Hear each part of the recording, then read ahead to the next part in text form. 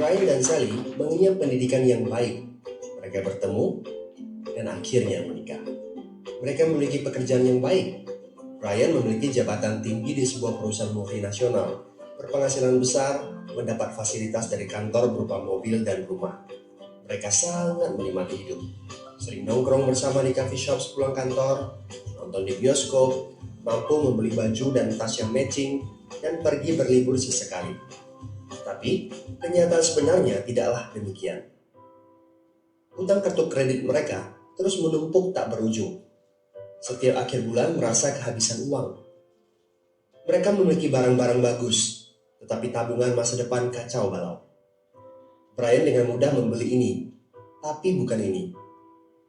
Tabungan 100 juta pun rasanya masih jauh sekali. Sudah kerja lebih dari 10 tahun, tapi belum sanggup membeli rumah sendiri. Masih tinggal di rumah milik kantor dan mengendarai mobil milik kantor. Tanpa disadari, keluarga ini menggali lubang kemiskinan. Keuangan mereka hanya cukup untuk membiayai kehidupan keluarga saat ini. Mereka harus terus bekerja untuk menghasilkan uang. Pertanyaan yang paling ditakutkan adalah bagaimana jika mereka sudah tua, kemampuan bekerja sudah menurun, atau salah satu anggota keluarga terdiagnosa penyakit serius yang membutuhkan biaya yang sangat besar. Apakah kehidupan Brian dan Sally mencerminkan kehidupan Anda? Apakah saat ini Anda memiliki penghasilan, tetapi sebelum akhir bulan sudah merasa kehabisan uang? Memiliki hutang berkepanjangan yang tidak ada habisnya? Memiliki barang-barang bagus, tetapi khawatir karena tidak punya tabungan? Memiliki hidup yang berkecukupan, tetapi khawatir tidak mampu menyekolahkan anak-anak dengan baik? Memiliki rumah tinggal, tetapi berkemungkinan besar harus menjual rumah bagus ini karena tidak punya dana pensiun? Jika Anda menjawab ya pada salah satu saja pertanyaan tadi, saatnya untuk memperbaiki diri. Mau jadi seperti apa kita ini kalau ternyata kita sebetulnya hanya gaya dari luar saja? Mau hidup keropos seperti ini sampai kapan? Aha, mari kita mulai menabung. Nah, apakah menabung saja cukup? Berapa banyak yang bisa Anda sisihkan untuk ditabung setiap bulan? Mari kita ambil contoh. Anda berencana untuk memiliki rumah dan mobil. Katakanlah harga rumah 600 juta dan harga mobil 200 juta. Jika Anda mampu menabung 5 juta per bulan, Anda membutuhkan 13 tahun untuk mendapatkan angka 800 juta. Masalahnya, inflasi membuat harga rumah dan mobil melambung tinggi. 800 juta akan menjadi 2,7 miliar 13 tahun kemudian, jika kita asumsikan rata-rata kenaikan barang 10% per tahun. Ini masih soal impian untuk membeli rumah dan mobil. Padahal, masih banyak kebutuhan lain yang perlu dipersiapkan jika ingin hidup lebih baik. Bagaimana dengan persiapan dana hari tua? Agar di saat tua dan tidak sanggup bekerja lagi, Anda punya tabungan yang cukup untuk kebutuhan sehari-hari. Asuransi untuk keluarga, dana pendidikan untuk anak-anak, dana tak terduga untuk keperluan dadakan jika dibutuhkan, seperti keluarga sakit, dan lain-lain. Artinya, Anda perlu lebih banyak uang untuk ditabung. Bayangkan jika satu bulan Anda hanya bisa menabung kurang dari 5 juta. Sudah jelas, jika langkah Anda hanyalah menabung, Anda seperti sedang menggali lubang kemiskinan. Hal utama yang perlu Anda lakukan adalah meningkatkan penghasilan Anda. Anda mungkin bertanya bagaimana saya bisa melakukan itu dengan segala kesibukan yang saya miliki sekarang. Apakah saya bisa tetap mencari income tambahan di luar sana tanpa mengganggu pekerjaan utama saya? Seandainya bisa, apa yang bisa saya kerjakan saat ini? Nah, langkah pertama yang perlu Anda lakukan saat ini adalah menghubungi teman yang menunjukkan video ini kepada Anda. Dia punya akses untuk jawaban dari pertanyaan Anda. Informasi, itu yang Anda butuhkan saat ini. Terbukalah, seperti parasut, pikiran hanya dapat bekerja saat terbuka. So, segera hubungi teman Anda dan dapatkan video informasi berikutnya. Bapak Ibu, mari kita sambut dengan tepuk tangan yang meriah guest speaker kita pada pagi hari ini, Bapak Johnny Sunggono. Halo, selamat pagi semuanya. Oke, sebelumnya selamat datang ya di acara Unlock Your Potential. Hari ini saya akan coba sharing ya, karena waktunya juga singkat ya. Saya akan coba sharing gimana saya dari nol Akhirnya sampai hari ini. Semoga mungkin ini bisa menjadi salah satu jalan mungkin buat teman-teman ataupun mungkin buat orang yang teman-teman kenal ya. Nah, pepatah ada yang bilang katanya nggak kenal maka nggak sayang. Teman-teman nggak perlu sayang-sayang gitu ya, tapi kenal aja cukup ya. Nama saya Joni Sunggono ya. Panggilnya boleh Joni Sung atau Josung ya. Jangan panggil Joni aja gitu ya. Kenapa? Karena teman saya banyak yang punya anak. Kalau dibilang nama kamu siapa? Joni, anaknya saya bilang Joni, yes papa gitu ya. Jadi panggil saya Joni Sung atau Josung ya. Nah, saya kelahiran tahun 91 dan sudah masuk ke industri asuransi kurang lebih 15 tahun yang lalu. Dan saya sudah punya 1 istri dan 2 orang anak ya. Nah, saya coba cerita sedikit, boleh di Oke. Nah, saya waktu itu kan jadi dari kecil itu katanya lahir dari keluarga yang berada katanya, cuma saya nggak sempat ngerasain tuh ya, emang kurang beruntung kali ya. Jadi katanya dulu papa saya waktu zaman orang susah punya TV udah punya parabola segala macam, mobil apa semua ada. Nah, sehingga cerita pas saya lahir keluarga saya tuh bangkrut ya. Jadi pas bangkrut kita pindahlah ke Jakarta. Jadi saya lahir di Pontianak, 1 bulan saya udah pindah ke Jakarta tuh ya. Di Jakarta kita mulai semua dari nol. Papa waktu itu buka konveksi, mama jualan kue. Jadi usia kurang lebih 4-5 tahun saya bantuin cekrekin kue pada saat itu. Jadi bantuin buat cekrekin kue. Nah, karena di sekolah kan uang jajan kurang nih ya. Uang jajan kurang tapi mau minta duit lebih itu juga sungkan gitu. Karena lihat orang tua juga susah gitu. Jadi akhirnya saya mulai cari duit dari usia 6 tahun. Jadi jualan hiasan pensil gitu ya.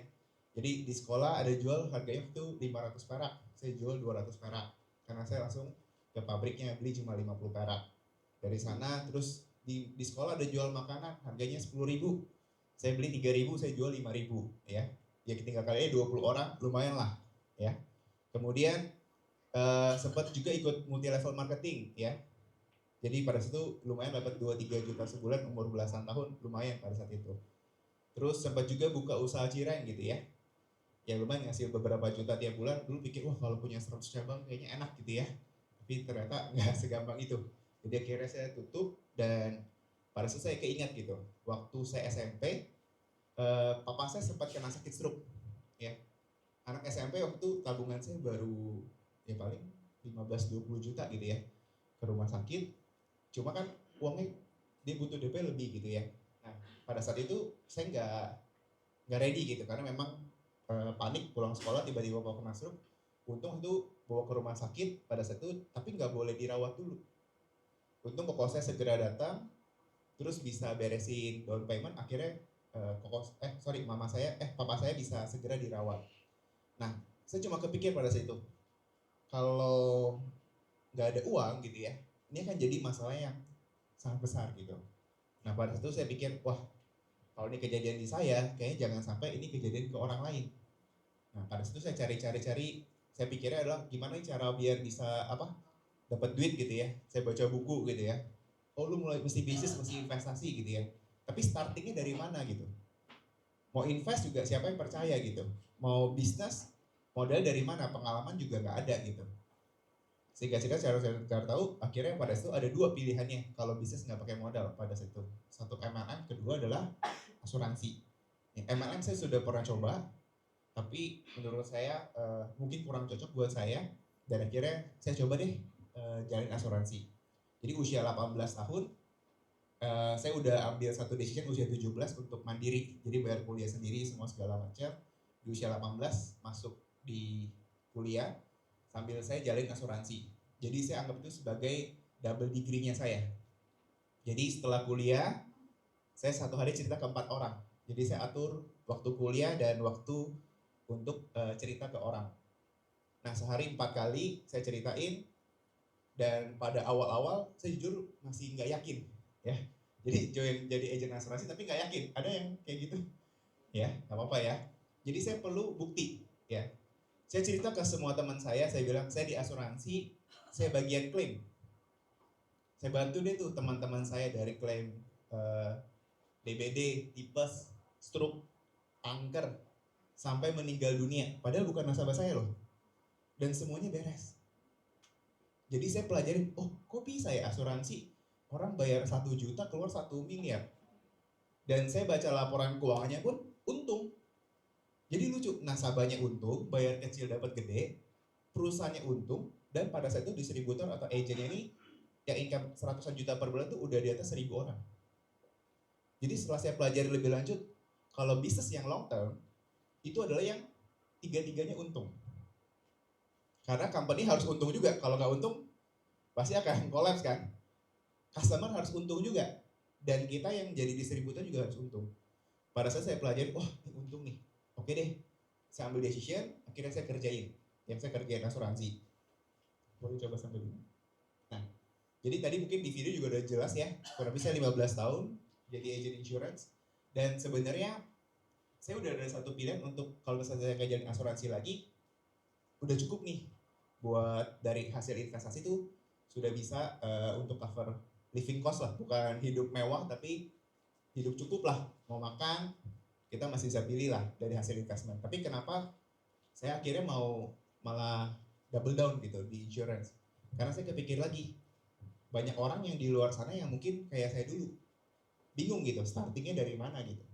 Jadi saya pikir ya udahlah, kenapa nggak kita jadi saluran berkat buat orang lain, ya.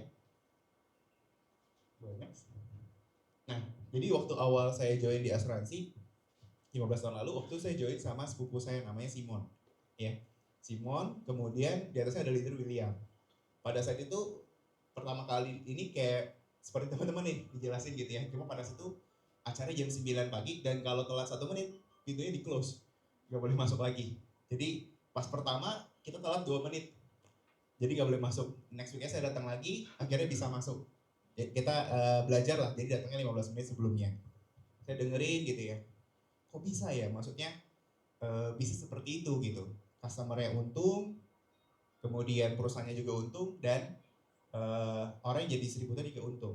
Saya gali riset lebih dalam lagi, dan setelah saya research ternyata emang bisa karena dia ada namanya reasuransi dan dia ibaratnya nggak klaim secara bersamaan. Next, nah ini ada leader sebelah kiri saya, back sebelumnya. Nah ini ada leader saya di General, ada tokoh saya ya, beri pas buat beliau Pak Harta ya. Kemudian ini ada Ibu Iriani, Bu Susan, ada Teresi sama Pak Suwandi gitu ya. Ini nih, jadi waktu pas saya dulu sebenarnya saya di asuransi lain ya, sebut aja namanya Prudential ya. Nah, jadi biar teman nggak usah nerka-nerka ya. Jadi di Prudential 3 tahun, tapi singkat cerita saya move ke sini lah. Ada masalah nggak di sana? Nggak ada ya, cuma saya ngerasa better opportunity untuk di sini. Jadi saya jalanin di sini, joinnya itu pas saya join jadi agen asuransi 15 Maret 2010. Dan saya move ke Generali kurang lebih di 28 November 2012 gitu. Next. Nah ini sempat diliput juga di koran buat financial planning itu sama yang usaha lela siapa ya namanya saya lupa tuh. Nah, ada inget ya? Ya itulah ya pokoknya. Next. Nah, jadi kadang-kadang ya kita punya mimpi yang besar nih, tapi kalau kita nggak tahu mulainya dari mana, akhirnya cuma jadi mimpi doang gitu. Nggak akan ada next movementnya gitu.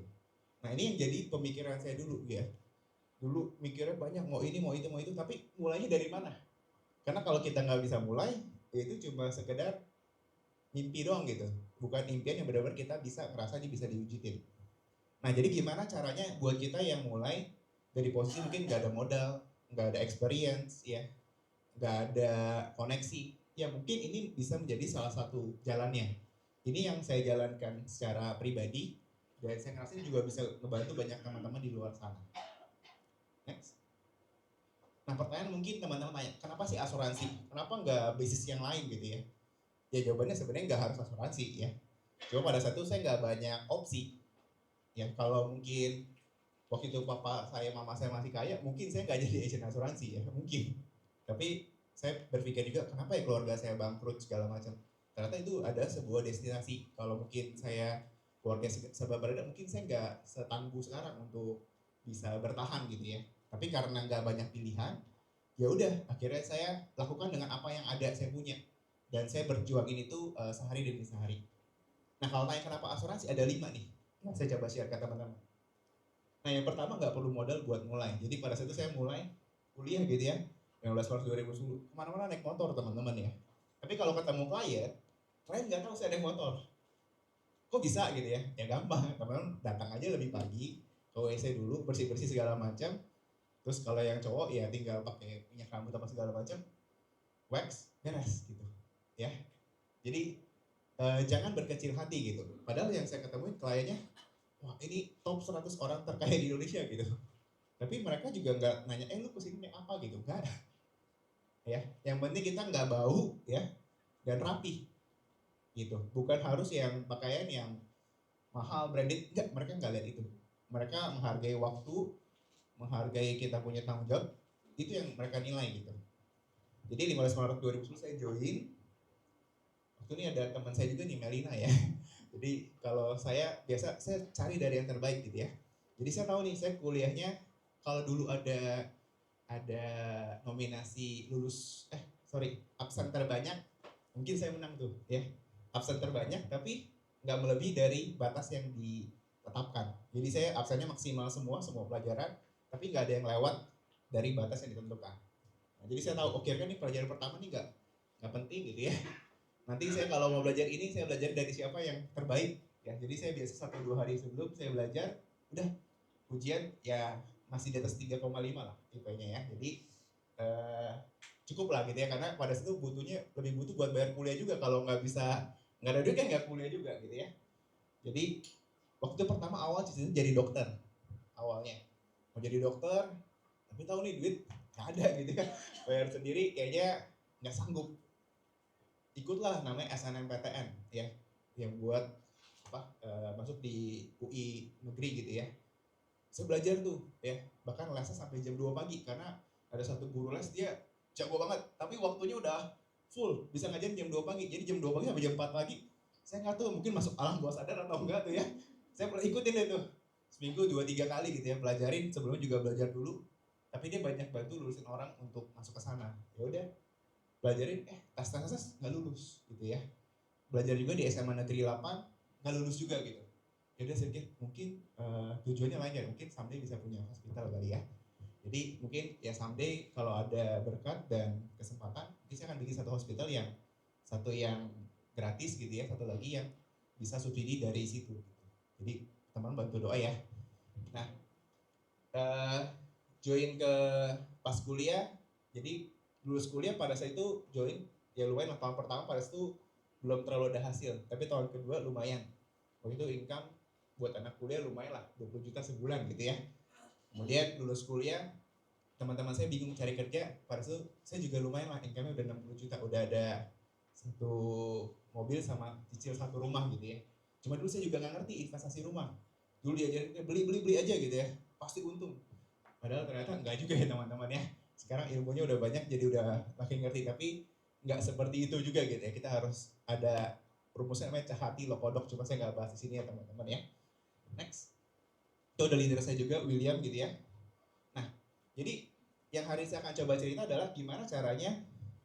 Tadi pertama nggak perlu modal, yang kedua sistemnya simple. Nanti saya jelaskan 522397 apa sih. Teman-teman ikutin aja sistemnya ya, ikutin prosesnya. Bodoh-bodoh ya, bodoh-bodoh. 3 tahun dapat 100 juta. Tapi kalau lagi nggak mood juga tetap ngelakuin ya. Karena kan kadang-kadang ceritanya seminggu 3 kali atau 2 kali, begitu 3 hari nggak mood gitu ya. Nah itu agak ke pending tuh. Jadi mood nggak mood harus dikerjain ya. Coba saya cerita ya. Next. Nah konsepnya adalah persis kayak orang bisnis pada umumnya. Toko, distributor, pabrik. Jadi pas COVID saya tanya klien saya yang punya omset ratusan miliar. Dia bilang, gimana caranya? Lu yang lain bisnis pada susah, kalau omset bisa naik terus? Dia bilang, gampang, kuncinya integritas. Dia bilang, integritas. Maksudnya gimana tuh? Jadi tiap kali ada customer, kalau kita sebagai pabrik, harus kasih ke toko yang dekat daerah tersebut. Dia bilang. Dan tiap kali ada toko yang mau cari distributor barang, harus kasih distributor ke barang tersebut. Kalau kayak gitu, akan aman.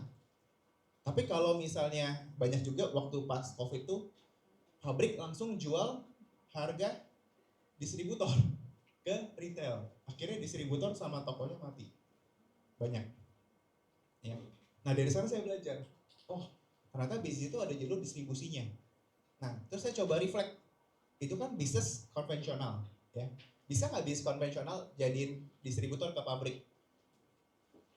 Bisa nggak teman-teman? Bisa? Bisa kalau barangnya baru ya. Kalau yang udah di jalan biasa nggak mungkin mau, ya.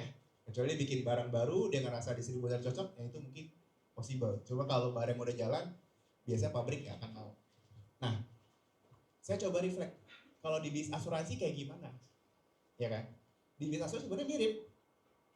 Toko itu kayak agent, ya financial consultant. Dia jualan, dapat komisi. Ya. Bedanya apa? Bedanya dia nggak harus bayar rent, bayar sewa. Ya. Dia nggak harus bayar karyawan untuk starting point-nya. Karena banyak tuh orang ketika usaha, kalau kita mungkin daerah peak gitu ya, kan di sini banyak yang tinggal di peak ya, itu setahun 2 tahun bisa rubah tuh nama restorannya, ya bisa berubah. Kenapa? Karena bisnisnya memang nggak gampang gitu. Nah, kalau di asuransi, agent naik ke manajer. Manajer itu kayak distributor, dia dapat selisih margin dari agent-agentnya atau dari toko. Pabrik itu seperti business director, dia dapat margin dari manajer atau distributor dan dari agent atau toko tersebut, ya. Cuma yang menarik ada satu hal yang nggak bisa dilakukan di bisnis konvensional. Saya coba cerita ya. Nah, 5 dulu itu gimana sih? Simple ya teman-teman. 5 itu cuma cari 5 nasabah yang 2 juta sebulan sekali seumur hidup. Kalau saya nggak mau cari nasabah, nggak mau ngurus orang, gimana? Ya udah beli sendiri aja, ya. Beli sendiri, ya. Banyak juga kok klien-klien saya yang join ke bisnis, padahal mungkin dia nggak butuh uang juga gitu, karena cashnya dia udah 100-an miliar, jadi dia nggak mau nawarin orang. Ya udah saya bilang beli sendiri aja, kan nggak harus jual ke orang kan, lu boleh beli sendiri. Dia beli itu, beres, dapat income-nya cuma 4,2 juta. Setelah 5 itu adalah step kedua, cari 2 partner. Kebayang nggak kalau distributor dia nggak ada toko yang didistribusiin? Ya namanya bukan distributor, toko, betul ya? Nah sama, kita harus cari partner. Untuk apa? Kita naik ke distributor. Cari berapa? 2. Itu beres, kita naik ke manajer atau jadi distributor. Setelah itu, duplikasi pertama. Maksudnya apa? Kita rekrut 2 partner lagi, dan dari 2 partner kita existing, cari 1 untuk naikin ke distributor. Dan kita naik ke pabrik atau jadi business director. 90 hari keempat, kita duplikasi kedua. Dari 2 yang tadi, 1 lagi kita naikin 1 lagi ke manajer atau jadi distributor, plus rekrut 2 partner baru. Setahun berjalan, income 20 juta. Ini saya udah minimin, ya. Karena ada juga di tim kita yang ada Pak Norman, ada Pak Norman. Oh iya, Pak Norman tuh ya. Dia baru di 90 hari ketiga, dia sudah promosi director dan promosi 2 FC ke BM. Ya. Cuma saya bikinnya yang rata-rata semua orang bisa aja gitu ya. Boleh ya? Next. Jadi kalau kita hitung cuma ngulangin itu doang, cari 5 klien, 2 partner, duplikasikan 2 kali, 3 tahun income-nya 100 juta sebulan. Yang kita promosin bukan jadi director, cuma 2 FC ke BM setiap tahun. Gampang nggak? Cuma cari 2 toko yang kira-kira mereka punya kualitas untuk kita jadiin distributor. Dan sistemnya juga udah ready gitu. Dan semakin meningkat tiap tahun. Tapi apakah kita harus ikutin pattern ini? Ya nggak harus. Kalau kita bisa lebih cepat ya boleh. Apalagi kita starting point-nya nggak dari nol. Ya. 5 tahun 500 juta. Dan kita jualan cuma sekali dong ya. Tahun kedua dan seterusnya udah nggak jualan lagi. Jadi kalau tadi kita ikutin yang tadi, kita akan naik tuh 20, 60, 100 dan seterusnya. Kalau kita cuma pegang, ini yang beda dari bisnis konvensional. Kalau di insurance, kita anggap pabrik atau BD, kita punya 2 BD lagi atau 2 pabrik di bawah kita. Ya. Pabrik itu rata-rata omset atau BD itu omset 1 miliar. Kalau kita punya 2, berarti 2 miliar ya. Kita dapat namanya royalty. Royalty ini apa sih? Paling gampang teman bayangin aja Indomaret. Ya. Cabangnya ada berapa? Banyak, ratusan ribu. Dia dapat royalty 3-4%. Nah, di insurance, BD ini dapat royalty 10%. 10% dari omset. Jadi kalau misalnya saya punya 2 doang, misalnya contoh Bro Edison sama Melina contoh ya. Saya punya 2, berarti saya dapat berapa? 20 juta sebulan. Dari royalti, bukan dari yang tadi ya. Nah, tugas saya setelah saya dapat 20 juta, saya tanya, "Son, lu mau gak dapat 20 juta juga?" Mau ya? Bisa 2 cara. Saya bantuin Edison untuk punya 2, atau kalau orang yang saya kenal, misalnya namanya Budi, contoh ya. Budi saya kenal, Edison juga kenal. Ya udahlah, saya bantu rekrut Budi, saya masukin ke bawah Edison. Kalau saya sama-sama kenal. Saya bantu Edison punya 2, Edison dapat 200 juta setahun. Saya dapat ekstra, dan Melina 200 juta setahun, saya dapat ekstra 400 juta. Jadi saya terima 600 juta atau 50 juta sebulan. Saya bantuin Edison juga sama Melina untuk punya 600 juta setahun dari royalti, dan saya terima 800 juta setahun. Nah, ini salah nih. 600 tambah 800 1,4, jadi dapatnya 116 juta. Dan seterusnya. Nah, menariknya di bis asuransi terima di tempat kita ini, terima 5 generasi ini nggak ada syarat. Saya ulangin ya. Menariknya di tempat kita terima 5 generasi ini tanpa syarat. Jadi kalau cuma punya 2 doang, misalnya Melina sama Edison, mungkin kalau Melina saya ajak dia ngopi-ngopi gitu ya. Kalau Edison saya ajak dia mungkin main Mobile Legends gitu ya. Karena dia suka main Mobile Legends. Saya jaga aja gitu ya, 2 aja ya. Nanti dia akan lakuin lagi nih ke bawahnya gitu ya. Kalau saya mungkin Billy, saya harus temenin dia golf gitu ya. Agak mahal sih memang ya. Nah, saya jaga aja 2. Sampai 5 generasi terima 500 juta sebulan. Ya. Saya pikir kalau orang di Indonesia punya at least income 100 juta sebulan, itu bisa menjadi starting point dia untuk ngelakuin hal yang lain. Saya ulangin ya. Kalau punya income 100 juta sebulan, itu bisa jadi starting point. Meskipun saya tahu mungkin 100 juta ini juga mungkin ya pengeluaran Kim Chu sih udah lebih dari itu sih ya.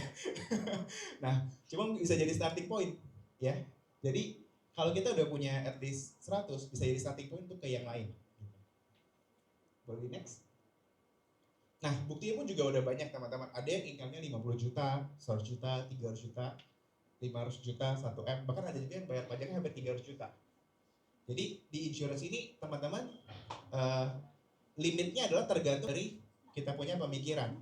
Kalau kita pikir cuma bisa terima 100 juta, ya itu 100 juta. Kalau kita pikir cuma bisa terima 20 juta, ya 20 juta. Jadi sangat menentukan cara kita berpikir gitu. Tapi yang membedakan adalah apa? Kita bisa dapat ini semua dengan tanpa modal yang sama, yaitu cuma bayar license AAJ dong 225.000. Next. Nah, ini juga ada business director yang di kita punya kantor agency yang endemic, itu sengaja saya kosongin 1 ya buat teman-teman ya, di paling kanan ya. Jadi siapa yang nanti mau ikutan, teman coba hubungin aja yang undang teman-teman. Next. Nah, yang ketiga kenapa di asuransi adalah ada komunitas yang kuat dan saling ngebangun. Kalau kita bisnis di luar sana, saya bukan berarti bilang nggak ada komunitas ya. Kadang-kadang saya tanya nih, bisa saya jualan bubur ya. Saya tanya ke teman saya yang jual bubur, gimana sih cara lu jual bubur kok bisa berhasil? Atau jual bakmi gitu misalnya ya.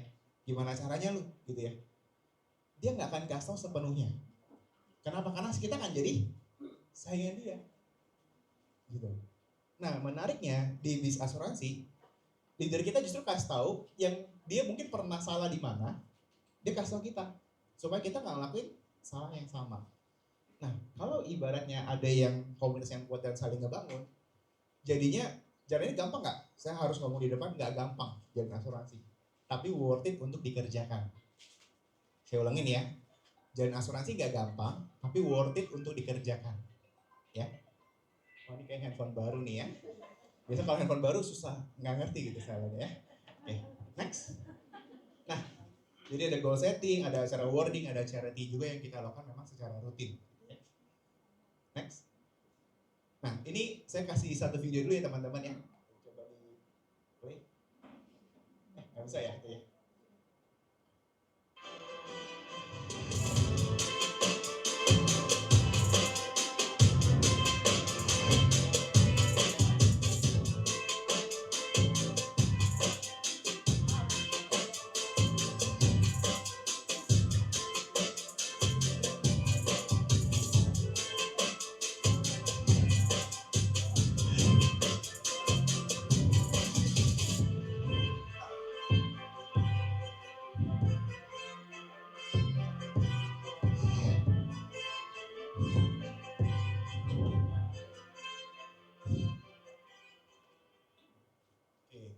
Jadi, thank you teman-teman.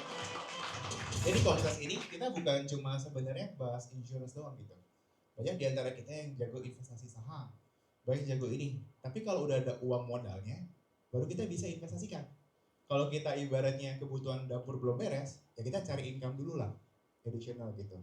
Jadi menurut saya apa ya, kalau kita punya satu komunitas yang kuat dan saling ngebangun, itu adalah modal yang cukup mahal. Kenapa? Karena sekarang banyak orang yang mau masuk komunitas harus modal gitu ya. Contoh, jadi saya ada teman namanya Tio gitu ya, dia masuk komunitas lari gitu ya. Lari itu juga banyak kelasnya teman-teman. Ada yang dari sepatunya udah starting berapa juta gitu ya. Jadi golf juga ada startingnya. Banyak orang yang berusaha untuk masuk komunitas tapi itu modal juga cukup besar gitu ya. Nah di sini kita menerima teman-teman nggak terlalu peduli, maksudnya teman-teman starting pointnya di mana gitu, asalkan teman-teman punya kemauan yang kuat. Ya. Yang keempat, jalan-jalan gratis. Saya pernah jalan-jalan sendiri juga gitu ya. Tapi percaya deh, kalau jalannya gratis pasti lebih enak ya. Kenapa? Karena kita ya mungkin kita udah ada budgetnya, kita bisa pakai alokasikan untuk yang lain. Nah, menarik ya kalau nanti kita join ini, kita dapat jalan gratis kurang lebih 2 sampai 12 kali per tahun. Saya pernah dapat sampai 16 kali. Ya.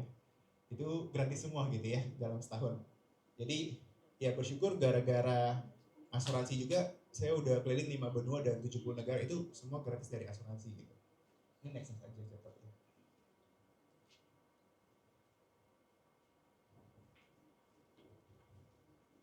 Jadi dari asuransi ini bisa jalan-jalan gratis ya. Nah, yang kelima, ini bisa bantu teman-teman dan keluarga. Di tempat kita punya kantor itu kurang udah banyak bantu ratusan M. Billy punya agent, ada satu kliennya usia 30-an tahun, hampir 40. Olahraga, nge-gym ya. Olahraga, nge-gym, jaga makan ya. Pokoknya udah ideal banget lah. Tapi ternyata ditusuk dari belakang. Koma 6 bulan di MONI, habis hampir sekitar 20-an M.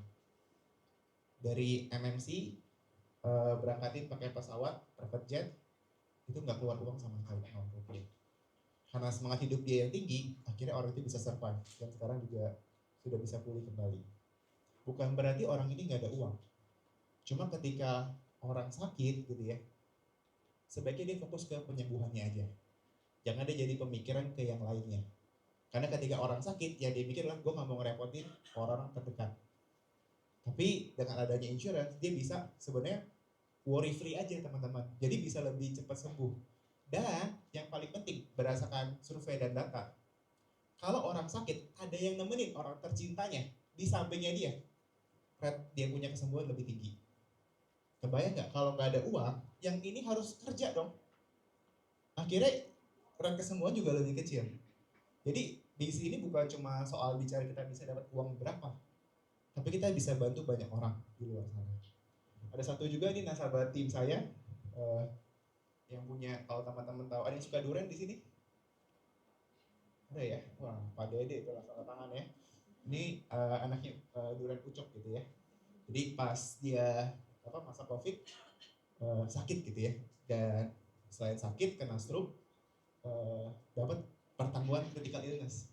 Jadi ketika orang sakit, manfaat paling dasar adalah rumah sakit. Tapi setelah dia rumah sakit, dia butuh waktu untuk recovery dong. Nanti pengeluaran siapa yang cover? Nah dari manfaat dia punya polis, keluar 3,7 miliar untuk ngebantuin dia bisa ngajarin hidup. Gitu. Gak ada yang tahu namanya resiko. Jadi kita masuk asuransi itu apa ya? Bukan buat kita pakai, cuma just in case ada apa-apa, kita nggak usah pusing dengan biaya-biaya yang lain. Yang ketiga ada juga dari salah satu agent kita gitu ya, Pak Dede gitu ya. Ada nggak orangnya? Tadi kayak ada lihat ya. Nah, resiko itu bisa kena ke siapa aja, baik kita juga sebagai agent. Papanya pass away ya. Namanya ibarat pass away itu ibaratnya ada namanya biaya. Tiap keluarga ini biayanya beda-beda. Nah, saya biasa kasih perumpamaan gini, kalau ibaratnya pasti keluar biaya, kalian mau keluar biaya 100% atau bisa hemat 70%? Hemat 70%. Nah, dengan kita bisa prepare sebelumnya, ini bisa menghemat, bahkan yang untuk Pak Pade hemat lebih dari 70%. Gitu. Ya, ini fungsinya dari insurance. Jadi kalau kita bisa memberikan value ke orang lain, meskipun orang itu lebih kaya gitu ya, itu berarti bisnis kita ada value-nya. Nah, saya ngerasa ini yang saya ngerasa bisa dapat dari bis asuransi. Next, nggak cuma dari segi klien juga, kita bisa bantu juga tim-tim kita gitu ya. Billy Fernando deh, salah satu bis director kita ya. Saya hobinya dia banyak ya, main golf lah, main inilah, ya. Dan dia menghidupi 50 orang anjing ya, 50 anak anjing, 50 anjing, 50 orang, 50 anjing, sorry. Ya. Nah yang kedua ini ada Melina ya. Jadi ibu dengan 3 orang anak yang sebelum zamannya COVID ini dia sudah WFH gitu ya. Karena dia tahu sebagai ibu itu yang paling penting adalah waktu bersama anak-anaknya ketika masih kecil. Karena momen waktu itu nggak bisa dibeli ulang. Dan dia bisa menjalankan bis ini dari rumah aja sebelum COVID teman-teman. Ya, kebayang nggak ngurus 3 orang anak ya, nggak pakai mbak gitu ya. Ya teman-teman cobalah ya. Nah, kalau saya sih nyerah gitu ya. Jadi makanya kalau wanita itu saya bilang hebat gitu ya. Dan gak luput juga dari support dari suaminya Pak Andi ya, yang tetap kasih pengertian semua segala macam. Yang penting keluarga bayar, habis itu bisa tetap berkarya gitu ya. Yang ketiga Pak Teddy gitu ya. Pak Teddy dia orangnya olahraga banget gitu ya. Belajar jujitsu bentar, ikut apa? Kejuaraan bisa juara gitu ya. Golf, saya dulu yang ajakin dia golf gitu ya. Sekarang dia lebih jago dari saya gitu ya. Karena saya udah gak pernah main lagi. Ya. Bola juga juara gitu. Jadi orangnya kompetitif banget gitu ya. Dan dia sudah berhasil beli apa? Properti juga. Tapi baru apartemen. Yang satu lagi masih ada utang ke dia lah. Rumah dengan ukuran yang dia mau gitu ya. Dekat situ juga gitu. Saya masih utang. Ya. Tapi menariknya karena komunitas kita ini bukan cuma sekedar cari duit doang, uang yang dihasilkan dia bisa putar ke investment. Akhirnya dia bisa dapat lebih cepat gitu ya. Nah dia orangnya ibaratnya kalau teman lihat Instagramnya bapak-bapak ya yang suka berbagi dan belajar tentang parenting dari si bapak-bapak, kamu bisa lihat di Instagramnya ya. Next. Yang keempat ini ada William dan Ibu Susi ya. Nah jadi William dan Ibu Susi tadinya Williamnya adalah leader saya di Prudential ya. Jadi singkat cerita pas saya masuk ke sini saya tawarin dia produk asuransi Generali ya, dan dia ambil. Jadi singkat cerita William ini orangnya sangat menolong teman banget, melebihi dari keluarganya ya. Jadi disukai teman tapi kurang disukai keluarga gitu ya. Jadi memang banyak yang suka sama dia, tapi teman jangan suka dia udah punya istri gitu ya. Nah jadi singkat cerita pas dia masuk ke jadi nasabah saya, waktu dia bisnis di Prudential, dia itu ada bisnis lain, kontraktor. Karena dia saking terlalu percaya sama temannya, singkat cerita ditipu. Udah ditipu, rugi, harus nanggung hutang. Stres, ya kan? Sakit setahun. Jadi kalau keluar masuk rumah sakit, mungkin yang orang ngabisin limit general salah satunya dia nih. Ya, sampai mentok benar-benar habis, gitu ya. Di tengah itu dia ngerasa wah terbantu ya, karena pada saat itu asuransi itu belum banyak yang dibayar sesuai dengan tagihan. Kalau sekarang udah banyak ya, dulu enggak gitu. Nah dari sana yang tadinya istrinya sangat anti sama asuransi, karena dia ibaratnya ketika sembuh kan dia nggak berani nyetir, istrinya nemenin gitu ya, ketemu klien, denger terus gitu, dan istrinya ngerasa terbantu nih dari asuransi. Akhirnya sekarang istrinya kemarin baru keluar 1 case 500 juta tuh, ya. Dan tahun ini kemungkinan dia bisa terima dana pensiun 2,7 miliar ya. Jadi kita boleh dekat-dekatin lah buat kita terakhir makan bakso ya. Ya, nah ini William ya. Dan sudah, nah terus juga saya sendiri juga dapat juga udah nyobain semuanya lah. Jadi top leader, top apa gitu ya. Bahkan jadi perwakilan dari Indonesia sebagai top 30 agent terbaik di seluruh dunia. Nah ini waktu saya rumah pertama usia 20, waktu nggak ngerti ya. Kira kalau beli properti pasti invest. Padahal nggak juga ya. Saya beli jual rugi gitu ya. Gitu. Nah yang kedua, rumah kedua, terus rumah ketiga juga, dan akhirnya saya bisa invest ke macam-macam gitu. Baik itu sektor publik ataupun private gitu. Di pola insurance dan yang lainnya lah. Next. Yang keempat adalah ini traveling together ya. Jadi tahun ini aja kita udah berangkat trip 3 kali ya. Ke Madrid, Barcelona, kemarin ke China sama ke Korea. Gitu. Jadi tripnya tuh banyak banget ya. Buat teman-teman yang suka traveling gitu ya, tapi gratis, nah ini mungkin jadi solusinya. Jadi kalau kita ikuti patternnya gitu ya, kalau kita udah punya 5 klien 2 juta, kita dapat ke Kuala Lumpur buat yang baru join. Kita tambahin dikit, 7 nasabah dapat lagi ke Vietnam. Tambah dikit 10 nasabah, dapat lagi ke Vienna dan Budapest. Tambah lagi 11 nasabah, dapat ke Belgrade. Jadi jalan-jalan gratis teman-teman. Jadi kalau teman-teman udah ada budget jalan-jalan, lebih baik budget jalan-jalan terus disimpan, di saving buat education anaknya teman-teman, ya, di saving buat masa pensiunnya teman-teman. Karena jangan sampai kita gaji orang lain terus, gaji buat rumah, buat cicilan mobil. Kadang kita lupa gaji buat diri kita sendiri, buat di hari tua nanti, ya. Next. Gambarnya nggak terbuka ya. Oke, ini saya kasih gambaran teman-teman ya. Jadi data dari CNBC gitu ya.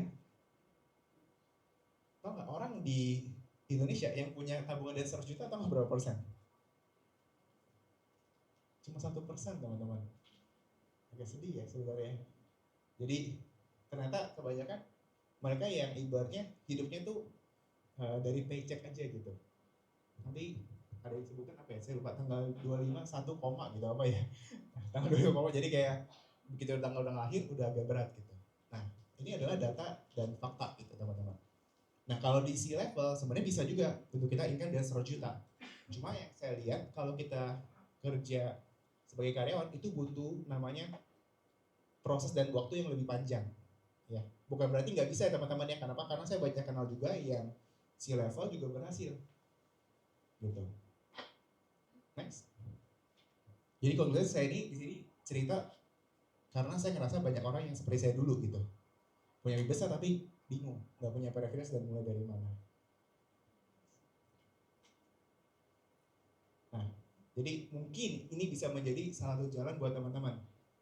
Ya, 3 tahun join insurance business ya, dan bisa punya tambahan income 100 juta sebulan. Yang mungkin nanti bisa menggantikan penghasilan utama teman-teman. Kalau teman yang sekarang udah ada 100 juta gimana? Ya nggak apa-apa, ya. Karena yang kita sharingkan adalah value yang berharga. Kita nggak harus kayak apa ya? Yang basic kan kesehatan ya teman-teman. Yang kedua tadi critical illness. Yang ketiga sebenarnya adalah yang sekarang saya banyak educate ke teman-teman saya adalah kita kadang-kadang siapin pendidikan anak ya.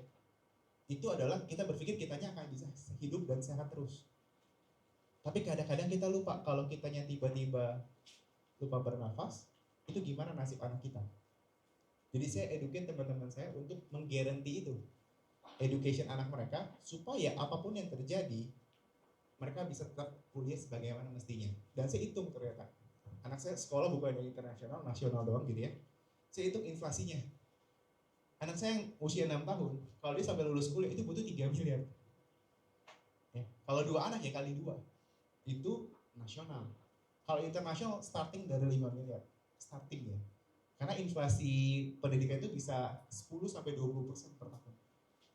Jadi jangan sampai kita kalau income-nya nggak increase segitu, makin lama porsi yang kita bayarkan untuk ke education jadi semakin besar. Ya. Next. Jadi 522 untuk mencapai 397. Ya supaya saya nggak tahu apakah ini yang jalan saya lakukan. Mungkin ini bisa juga menjadi jalan buat teman-teman. Dari saya sekian, thank you.